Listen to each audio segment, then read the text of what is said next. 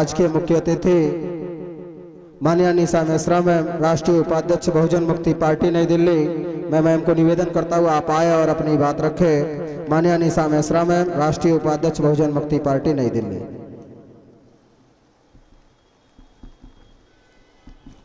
धन्यवाद संचालक महोदय।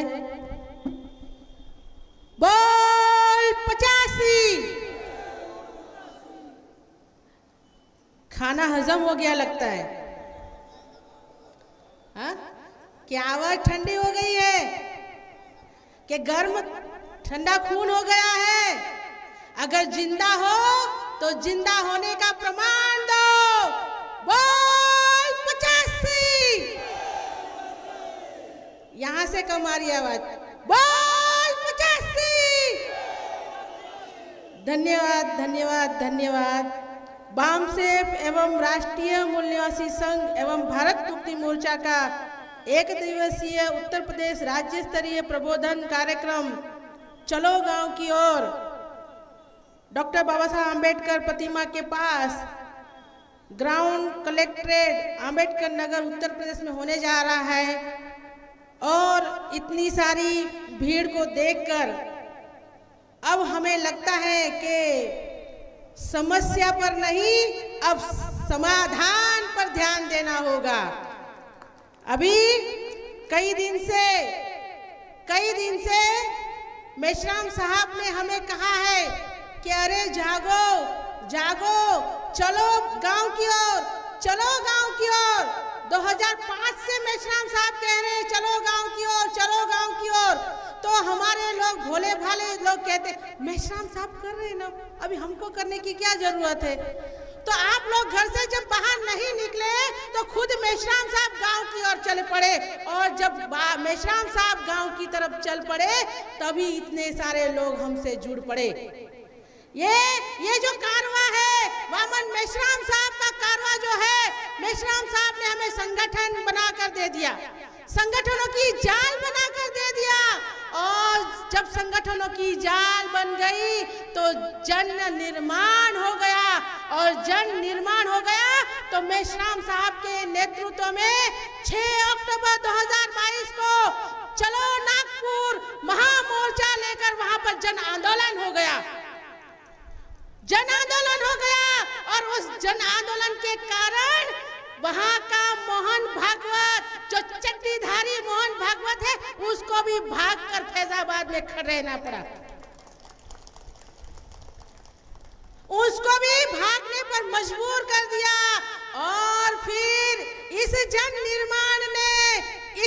निर्माण में जो लोग थे उन्हीं के अंदर से मेश्राम साहब ने नेतृत्व पैदा कर दिया, और वो नेतृत्व है अनिल माने सर, परवेंद्र प्रताप सर, विकास चौधरी, धर्मेंद्र मौर्य, अपने सरदार राम सुरेश वर्मा जी, ऐसे कई सारे नेतृत्व आपके सामने। महिलाओं के लिए अंदर भी नेतृत्व पैदा कर दिया, और उस महिलाओं के अंदर नेतृत्व का नाम है कुंडा तोड़कर मैडम, निशा वामन मेश्राम, और हमारी Sunaina Paswan madam, Kushwaha madam, Sushila Dinkar madam, बहुत सारी हमारी महिलाएं नेतृत्व पैदा हो चुकी है।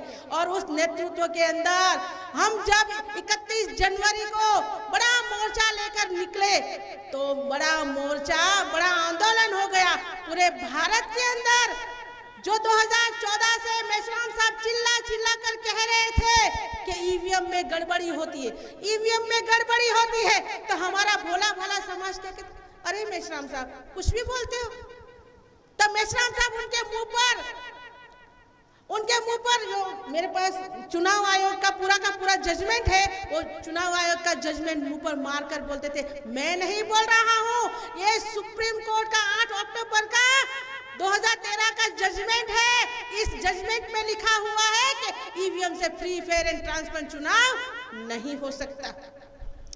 जन आंदोलन किया, और जन आंदोलन से क्या होता है?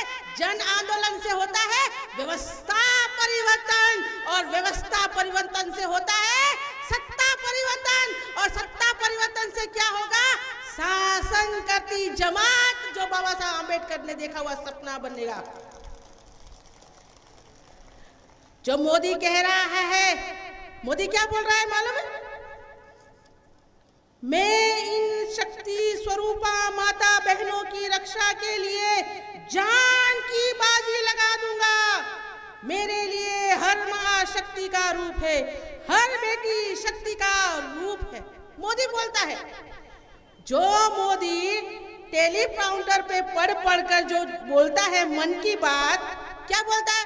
बेटी बचाओ बेटी पढ़ाओ। मोदी टेलीप्रॉम्प्टर पे पढ़ कर बोलता है, उसको कागज पे पढ़ना नहीं आता है, वो ऐसे देख के पढ़ता है, जैसे टीवी पे लिखा होता है ना वैसे पढ़कर बोलता है।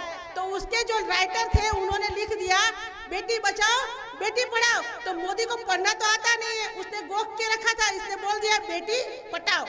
अरे ऐसे प्रधानमंत्री को हम वोट देते हैं ऐसे? और क्या बोलता है? मेरे लिए हर बेटी शक्ति का रूप है। अरे क्या जशोदा बहन शक्ति का रूप नहीं है?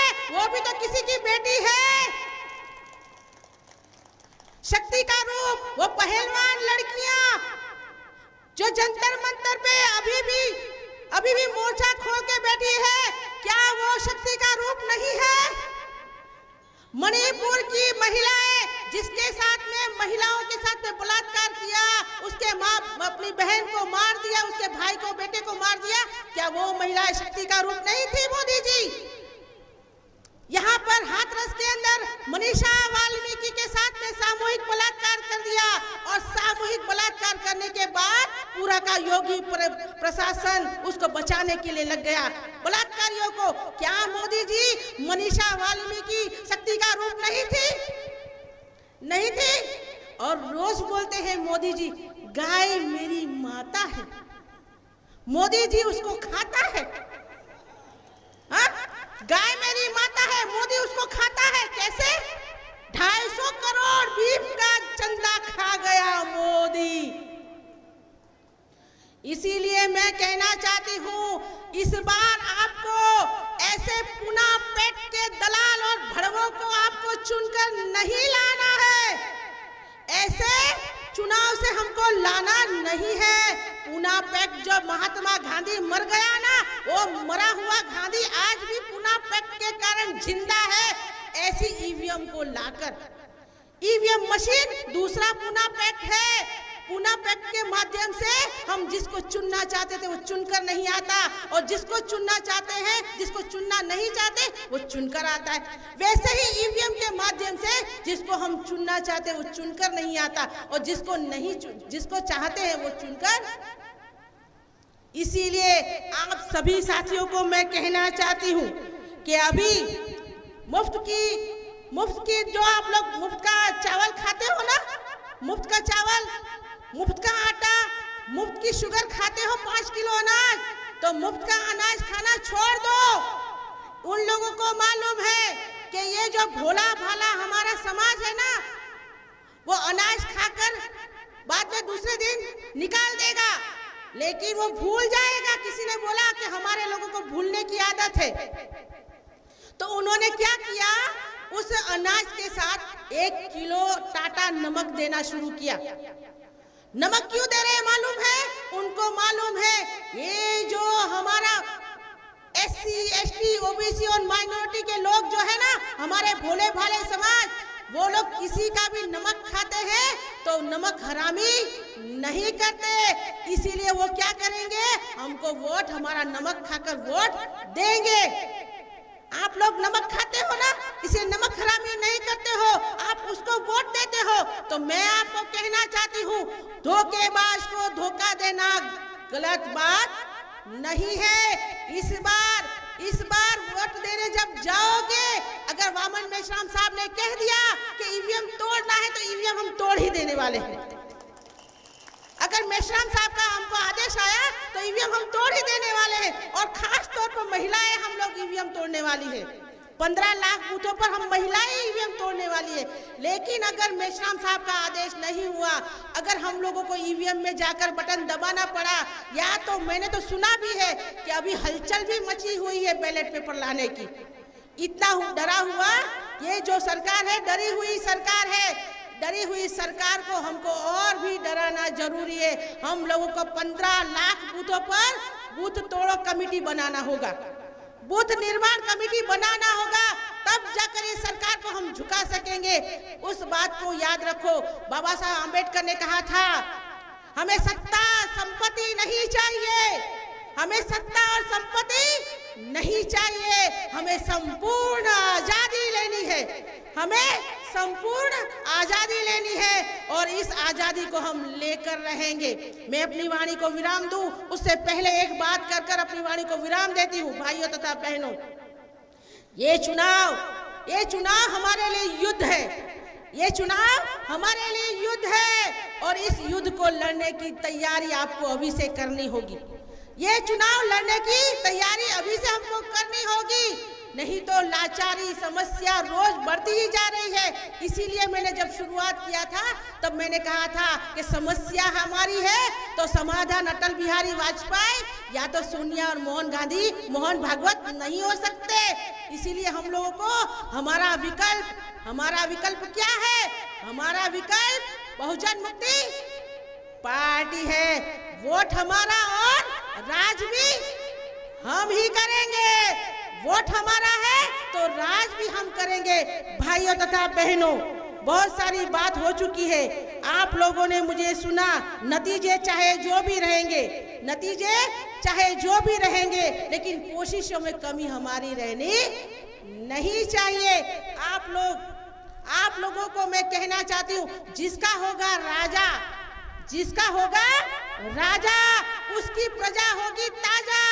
आप लोगों ने मुझे ध्यान से सुना, इसके लिए धन्यवाद।